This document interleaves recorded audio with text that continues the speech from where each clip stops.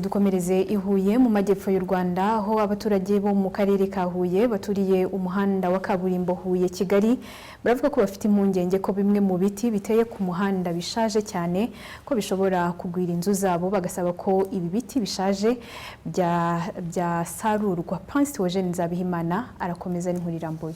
Ibiti biba byatuye ku muhanda bigira uruhare runini mu kurinda iyangirika rya hato na hato ry'umuhanda, ari nayo mpamvu usanga heje ku mihanda yo mu gihugu yaba iya kaburimbo ndetse n'iy'ibitaka hateye ibiti. Abaturage bo mu karere ka Huye baturiye umuhanda munini wa kaburimbo Huye-kigali bavuga ko ibi biti bibafitiye umumaro munini, ariko ngo iyo bimaze kuba bikuru ntibisarurwe ngo bisimbuzwe ibindi bishobora kubangiriza, nk'uko byagendekeye aba baturage bo mu murenge wa Mbazi mu karere ka Huye mu cyumweru gishize.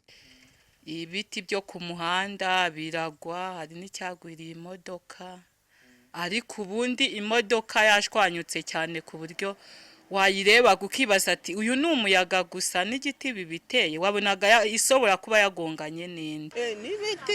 N'ibiti byaguye hano barabitema, byaguye bibisi birivunika, kwasiteri irameneka. Abaturage baturiye umuhanda bavuga ko bafite impungenge ko ibiti bishobora kugwa ku nzu zabo kuko byashaje cyane.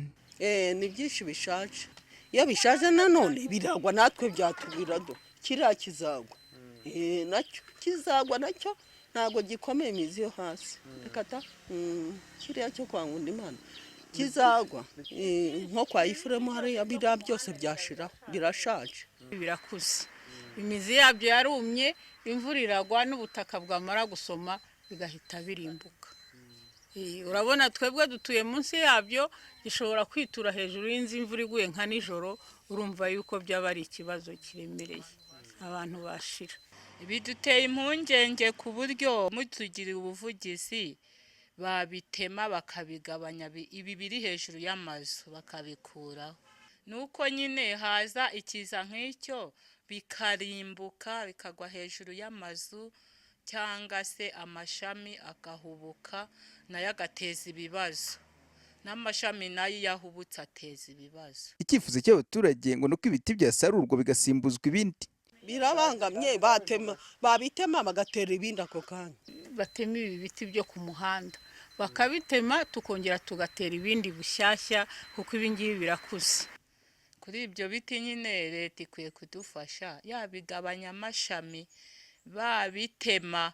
Icyo nicyo dusaba leta, kuko urebye ukuntu biri kugenda bigwa byangiza ibintu n'abantu, urabona nyine ko biteye impungenge. Akoresheje ubutumwa bugufi, umuyobozi w'akarere ka Huye Sebutege avuga ko ibiti bigiye gusarurwa bigasimbuzwa. Yagize ati ibiti bigaragara ko bishaje byateza impanuka birabarurwa, tugakorana n'ikigo gishinzwe amashyamba bigasarurwa.